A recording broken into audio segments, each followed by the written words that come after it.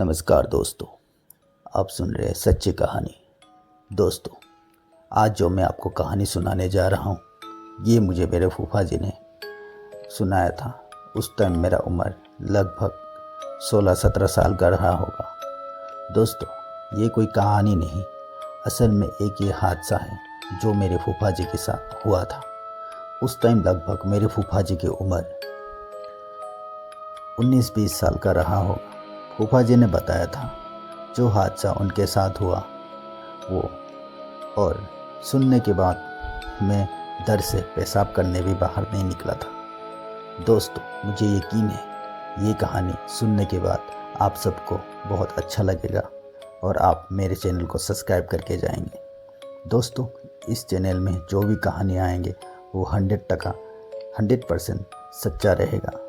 दोस्तों, मैं असम का रहने वाला हूँ और ये कहानी असम का मरीगांव डिस्ट्रिक्ट के गांव मायांग से बता रहा हूँ, जो मेरे फूफा जी का घर है। दोस्तों, हुआ कुछ इस तरह था, फूफा जी ने जो मुझे बताया था। दोस्तों, फूफा जी का उम्र लगभग उस टाइम 19-20 साल का रहा होगा। आप सभी को बताना चाहूँगा, असम में जब भी बारिश का मौसम आता है उस टाइम हर तालाब, हर नहर, हर बिल, हर नदी में पानी लबालब भर जाता है। दोस्तों, पानी की वजह से यहाँ मछली खूब हुआ करता है और असम का हर लोग मछली खाना बहुत पसंद करते हैं। आज भी असम के जवान लड़के या बूढ़े कोई भी हो आदमी जाके अपना जाल बिछा के रात को मछली पकड़ते हैं और वो जाल से सुबह उसको मछली को लेके आते हैं। फूफा जी के साथ भी कुछ इस तरह का काम करने के टाइम वो हादसा हुआ था।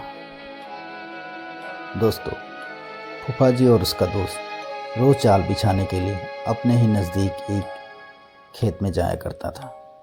दोस्तों, उस खेत से जब फूफा जी और उसका दोस्त वापस आ रहा था तो फूफा जी की दोस्त ने फूफा जी को बोला, पुनीराम सुनो, कल हम सुबह जल्दी उठ के आएंगे, नहीं तो हमारा मछली का जाल कोई देख के चला जाएगा।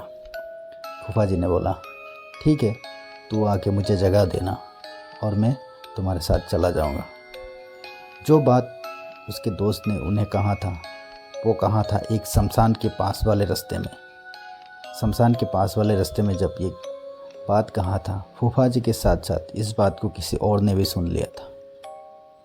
और रात को लगभग 2 बजे, दोस्तों मैं बताना चाहूँगा ये हादसा जो है आज से कम 70 साल पीछे की बात है। जब 2 बजे रात को कोई फूफा जी के पास आया, आके फूफा जी को बुलाने लगा। पहले तो दरवाजे में टकटकी लगाया। टकटकी लगाने के बाद फूफा जी को बोला, पुनीराम पुनीराम जल्दी उठो, जाल देखने के लिए जाना है, नहीं तो कोई दूसरा आएगा और जाल देख के चला जाएगा। फूफा जी के कान में आवाज़ तो आया, लेकिन फूफा जी गहरी नींद की वजह से उठ नहीं पाया। फिर दूसरी बार टकटकी लगाया और बोला, पुनीराम पुनीराम पुनीराम जल्दी उठो, नहीं तो कोई दूसरा जाल देख के चला जाएगा। फूफा जी उस बार उठ गए, उठ खड़े हुए। और पुराने ज़माने में दोस्तों लोगों को एक ही आदत था, उठने के बाद तुरंत कोई हथियार लेता है। रात को फूफा जी एक दाव पकड़े, हाथ में माचिस और एक बीड़ी का बंडल ले गए। फूफा जी बाहर आ गया। फूफा जी ने आकर देखा, उसका दोस्त उसको बुलाने आया था, लेकिन वहाँ पे वो था नहीं, बिल्कुल रास्ते में जाकर खड़ा था और फूफा जी को उसका चेहरा नहीं दिखा। फूफा जी ने सोचा वही तो बुलाया है और कौन होगा। फिर फूफा जी जाके रास्ते पे पहुँचा तो वो उससे 50 मीटर 100 मीटर आगे जाके खड़ा हुआ। फूफा जी ने बोला, अरे भाई, तू कितना तेज़ क्यों जा रहा है? मैं भी तो तेरे साथ ही जाऊंगा, तू अकेले ही जाएगा क्या? उसने बोला, अरे जल्दी आ जा, नहीं तो कोई दूसरा जाल देख के चला जाएगा। फूफा जी ने बोला, अरे यार, आज तो तेरा आवाज़ कुछ अलग सा ही लग रहा है। फूफा जी को थोड़ा सा आवाज़ में चेंजिंग होने की वजह से सोचा कि रात की वजह से कोई हो सकता है, उसका आवाज़ कुछ चेंज हुआ है। लेकिन दोस्तों, फूफा जी उसके पीछे पीछे जाने लगा और उसके आगे आगे वो चीज़ जैसे चलते रहे। चलने के बाद फूफा जी जितना तेज़ चलता है वो भी उतना आगे तेज़ चला जाता है। फूफा जी ने बोला, अरे भाई रुक जा, मैं भी तो जा रहा हूँ तेरे साथ, अकेले ही जाएगा क्या, तू अकेले ही जा। फिर उसने बोला, अरे जल्दी चल, नहीं तो कोई दूसरा जाल देख के चला जाएगा, तब मछली नहीं मिलेगा, घंटा मिलेगा तब। फूफा जी ने बोला, हाँ सच में। फूफा जी जैसे दौड़ के गया वो उससे आगे चला गया। फूफा जी को लगा, मैं दौड़ने के बाद भी इसको मिल नहीं पा रहा हूँ। फूफा जी को थोड़ा शक हुआ। फूफा जी बैठ गए। फिर उसने आगे से आवाज़ निकाला, अरे तू क्यों बैठ गया, अभी तो पहुँच ही गए। फूफा जी को ध्यान आया वो शमशान के बिल्कुल सामने बैठा हुआ है। रास्ता का उस साइड में शमशान था। फूफा जी को थोड़ा शक हुआ। फूफा जी ने बीड़ी का बंडल निकाला, माचिस की तिल्ली मार के एक बीड़ी जला लिया और फूफा जी बैठ के उसको देखने लगा। फूफा जी जब धीरे धीरे उसको देखा और वो धीरे धीरे थोड़ा आगे आने लगा, फूफा जी ध्यान से देखा। वो जो चीज़ उसको साथ में लेके आया था उसका दोस्त, असल में वो उसका दोस्त नहीं था। उसका दोनों पाँव हवा में था, मतलब उसका पाँव ज़मीन में टच नहीं था, वो दोनों पाँव हवा में था और वो ऊपर उड़ रहा था। फूफा जी ने देखा। फूफा जी ने फट खड़ा हुआ और बोला, भाई तू कौन है और मुझे क्यों लेके आया। तब वो ज़ोर ज़ोर से हंसने लगा। हंस के बोला, पुनीराम आज तो तू मेरे जाल में फंस गया, आज तू मेरे जाल में फंस गया, और हंसने लगा। फूफा जी ने तुरंत अपना दाव निकाला और दाव हाथ में पकड़ के उसको बोलने लगा, आजा, दम है तो मैं तेरे को काट के जाऊंगा, दम है तो आजा। वो तुरंत गायब हो गया। गायब होने के बाद एक पीपल की पेड़ था, उस पीपल के पेड़ के ऊपर वो भूत चढ़ गया। फूफा जी ने देखा एक नंगा आदमी जिसका मोटे मोटे आँख, ना सर पे बाल, पूरे नंगा। पूर्णिमा टाइम का उजाला था। उजाले में फूफा जी को उसका पूरा बदन दिख रहा था और साथ में उसका दांत। वो कोई आदमी नहीं था, एक भयंकर काला आदमी जो बिल्कुल गंजा और पूरे बदन में कपड़ा है नहीं। फूफा जी को डर तो बहुत लगा, लेकिन फूफा जी ने हिम्मत किया। हिम्मत करने के बाद उसको बोला, तू आएगा तो मेरे पास तू जान से जाएगा। और वो ज़ोर ज़ोर से हंसने लगा। फूफा जी को बहुत डर लगा। फूफा जी को डर लगा, फिर भी फूफा जी हिम्मत करते वहाँ से कुछ सूखे सुपारी के पेड़ के पत्ते लिए, सूखे सुपारी के पेड़ के पत्ते लिए और उसको जला दिया। उसको जलाने के बाद बोला, आजा, मैं तुझे आग लगा दूंगा। फिर फूफा जी धीरे धीरे घर की तरफ रास्ते में आने लगा।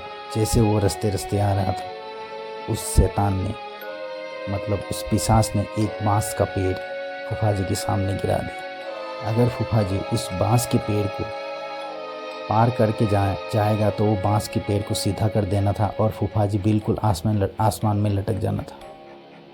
फूफा जी को पता था भूत सब ऐसे ही करते हैं, किसी पेड़ की डाल को गिरा देता है और जैसे उस पेड़ को वो आदमी पार करते हैं और वो डाल को सीधा खड़ा कर देता है और वो आदमी हवा में उछल जाता है।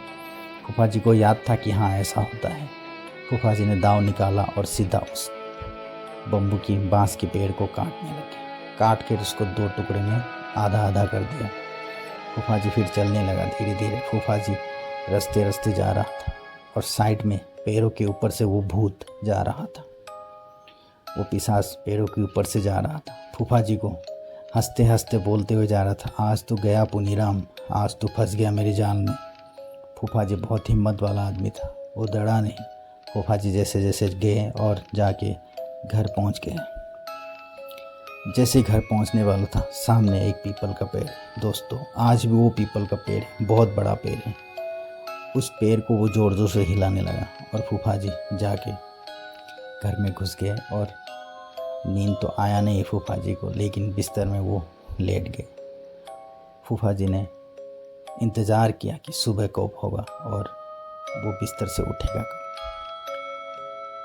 सुबह जैसे हुआ, फूफा जी की मम्मी बर्तन वगैरह लेके बाहर धोने लगी और उसका दोस्त आके उसको आवाज़ दिया, अरे पुनीराम चल सुबह हो गया, जल्दी जाके जाल देखना, नहीं तो कोई देख के चला जाएगा, हो सकता है कोई देख के चला जाएगा। फूफा जी तुरंत खड़ा हुआ, उसके पास आया। बोला दोस्त आज क्या हुआ था पता है? बोला क्या हुआ? तेरी जगह में कोई दूसरा आया था मुझे बुलाने। उसने बोला हाँ क्या हुआ, क्या हो गया तेरे साथ? बोला हाँ एक दूसरा कोई आया था और बुलाया, पुनीराम पुनीराम जल्दी चल नहीं तो कोई जाल देख के चला जाएगा। मैंने सोचा कि वो तुम ही है और मैं तेरे पीछे पीछे जाने लगा और जाके शमशान के पास जाकर पहुंचा तो मुझे आभास हुआ, मेरे शरीर में कुछ कपकपी सी हुई, मेरे रोंगटे खड़े हुए और मुझे पता चला कि वो तू नहीं और कोई दूसरा है। फिर मैंने दाव लिया और उसको भगाया, माचिस जलाया, जैसे तैसे करके दोस्त जान बचा के आया।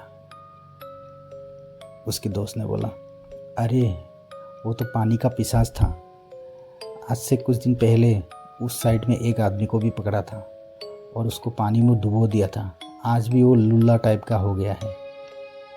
तू तो बच गया जो तूने हाथ में दाव लेके और माचिस लेके चला गया था। फूफा जी ने ये बात सुना तो फूफा जी की हलक पे जुबान आ गई। फूफा जी ने सोचा कि आज मैं अगर हाथ में दाव और माचिस नहीं लेके जाता, हो सकता है आज मेरा लाश यहाँ पड़ा। दोस्तों कहानी बिल्कुल ही बनावटी नहीं है, ये कहानी मुझे जैसे मेरे फूफा जी ने सुनाया वैसे ही हूबहू मैं आपको सुनाई दी। और इस कहानी में जो मेरे फूफा जी का दोस्त है उसका नाम मुझे बताया था फूफा जी ने, लेकिन मैं भूल गया क्योंकि आज से कम ये 20 साल पहले की कहानी मुझे सुनाया था और मैं आज आप सभी को सुना रहा हूँ। दोस्तों कहानी अच्छा लगा है तो चैनल को सब्सक्राइब करके जाइए क्योंकि चैनल नया है लेकिन कहानी आपको सटीक मिलेगा। उसके साथ साथ मैं अपना परिचय भी देना चाहता हूँ। दोस्तों इस चैनल में आपको जो भी कहानी मिलेगा इसलिए अच्छा और सच्चा कहानी मिलेगा क्योंकि मैं खुद फौजी हूँ, मैंने बहुत देश दुनिया घूमा है और मुझे हर